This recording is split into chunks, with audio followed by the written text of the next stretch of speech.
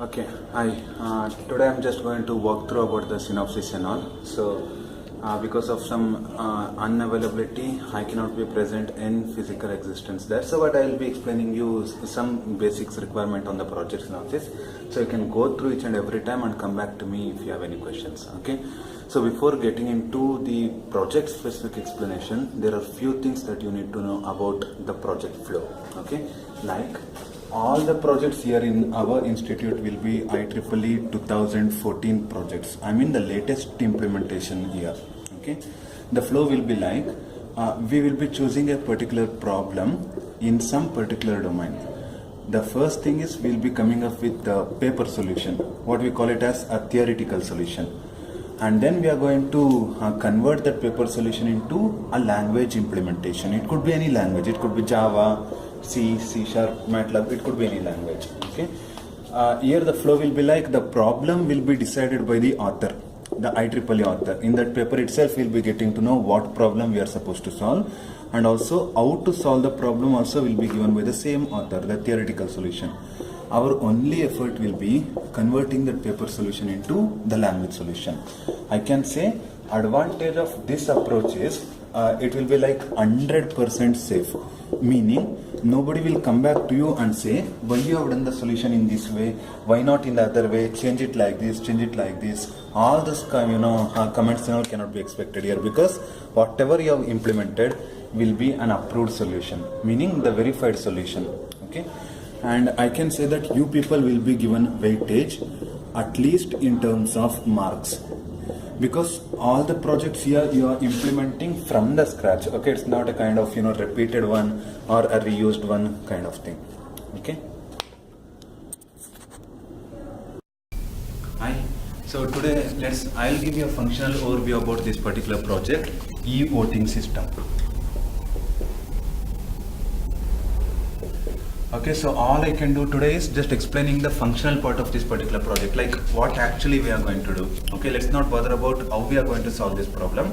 Let us only bother about what are we going to do here. Okay, so I request you people to explain to your coordinator in the same way like I do today. Okay, and if they come back with any questions like tell me more about the algorithm, tell me more about the input, output and other things, right? So clearly specify them, tell them you are still exploring more about the project and you have not completely understood it yet. Okay, so and all those questions should be immediately redirected to me.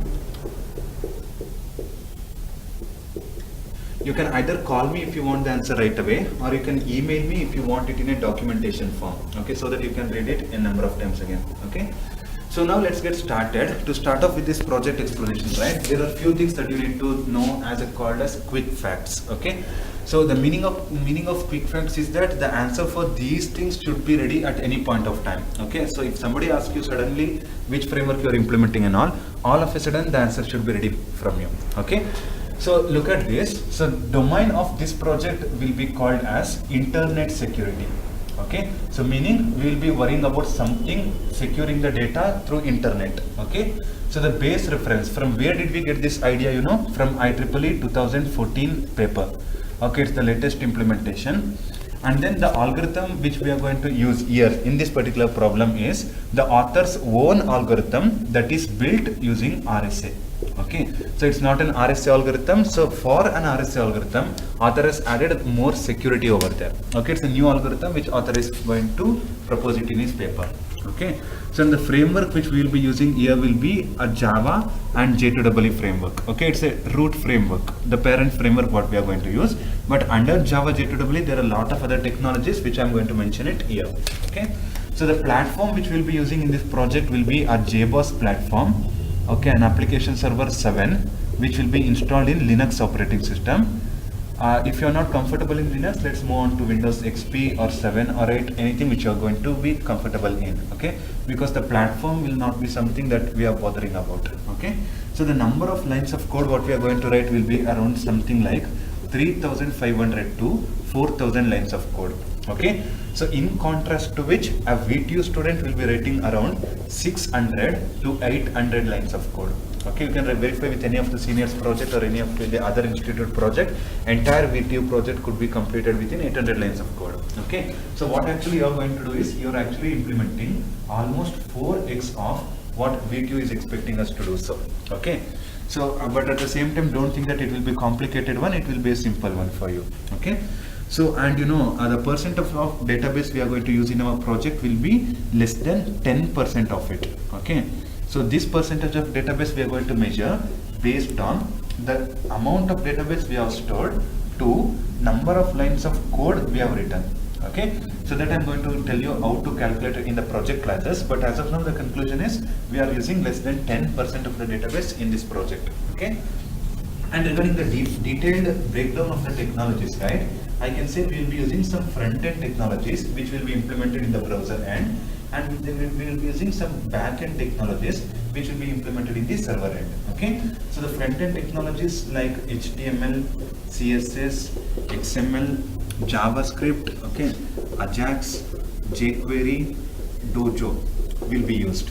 Okay, and for creating a wonderful front-end user interface, okay, so that the external can easily access our project, we will be using a framework called Twitter Bootstrap. This is for creating the front-end attractive user interface. Okay, and in the back-end we will be using the common concepts of Java and J2EE, like whatever you have learned, like JSP, Servlet, and JDBC, like that. Okay, and we will be coming up with a new application server called JBoss. And we will be using Apache Tomcat as well for development, and we will be using the tools like Eclipse. Okay, and we will be requiring MySQL server for storing this 10% of database. Okay, so these are the quick facts about this project of it. Okay, like in what actually we are trying to implement in this particular project. Okay. The title clearly says that this project is all about implementing an online voting system. Okay, so but one thing that you need to clearly observe is there is no governance in this entire world which conducts the voting online. Okay, online voting system. In each and every country there will be a voting ballot where the customers or the people of the country will visit there and cast their vote in a voting ballot itself. They are not going to do it online. Okay, the only reason for this because the vote that the end user is going to cast should be securely transmitted to the voting server. Okay, so the vote that they are going to cast should be securely transmitted to the voting server. Okay, so the security will be the utmost important in this case. Okay, but none of the existing system guarantees that there is 100% security for the vote that people are going to cast. Okay, so that is the reason why we don't have any online voting system in this current world. Okay, but there are some of the existing system who claims that their approach will solve the current problem. Okay, like they claim that the problems faced in the online voting system will be solved. Okay, so in the project synopsis I have mentioned the title of the IEEE papers, who proposed which solution and what are the disadvantages of that. Okay, so those things are a kind of theory which you need to just mention it for a documentation purpose alone. Okay, because as far as this project is concerned, let's get into the algorithm which we are going to use for implementing this project. Okay, so look at this algorithm. As I mentioned earlier, so here the author is going to propose his own algorithm, so which is a bit complicated one. Okay, but as for today's PPT is concerned, so I'm trying to minimize it as much as possible. Okay, so but in the development phase, right, we need to elaborate it more. Okay, now I'm going to explain it in a simpler way. Okay, but be assured that it's going to be more complicated in development part. Okay, so look here, our entire intention is to transmit the vote from voting machine, individual people machine. It could be mobile phone, an internet cafes, personal laptop, it could be anything. From his device, we need to transmit the vote securely to the voting server. Okay, so let us go through a series of steps now. Step number 1, there will be a machine where the end user will cast his vote. Okay, and there will be a server which actually is called as voting server. Okay, step number 1, the machine, okay, where the people will be voting, I mean their individual machines. Okay, it could be phone, browser, anything. Okay, so it is going to send an allow message. So remember, it's not any vote, it's just going to ping an allow message. It is just to check if the connection has been established or not. Okay, so second step.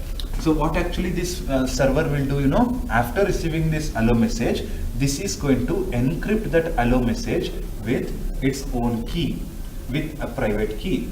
It's going to encrypt that allow message with a private key, and let me call it as A. Let's call it as A, and it's going to send it back to the browser. Okay, step number 3.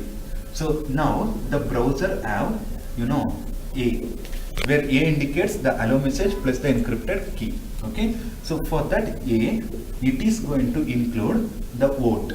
Okay, like for whom he is going to select as a candidate, he is going to include the vote, and this entire thing will be encrypted using his own key, his own private key, K2. Okay, and this entire thing will be digitally signed. I am going to use the term digital signature. Okay, so the concept of digital signature, as of now, you need to understand it like this way. We are including a digital signature because, okay, at any point of time, if the same thing comes back to me, I need to be checking this, whatever I sent and whatever I received is same. Okay, I should conclude whatever I sent and whatever I received is same. For that purpose, I am including this digital signature. Okay, so after constructing this digital signature, it's going to send that one to the voting server. This is at step number 3. Step number 4. So what voting server is going to do, voting server is not going to make any changes for the incoming message. It's just going to return back to the browser. Okay, the same thing, the same entire thing will be returned back to browser.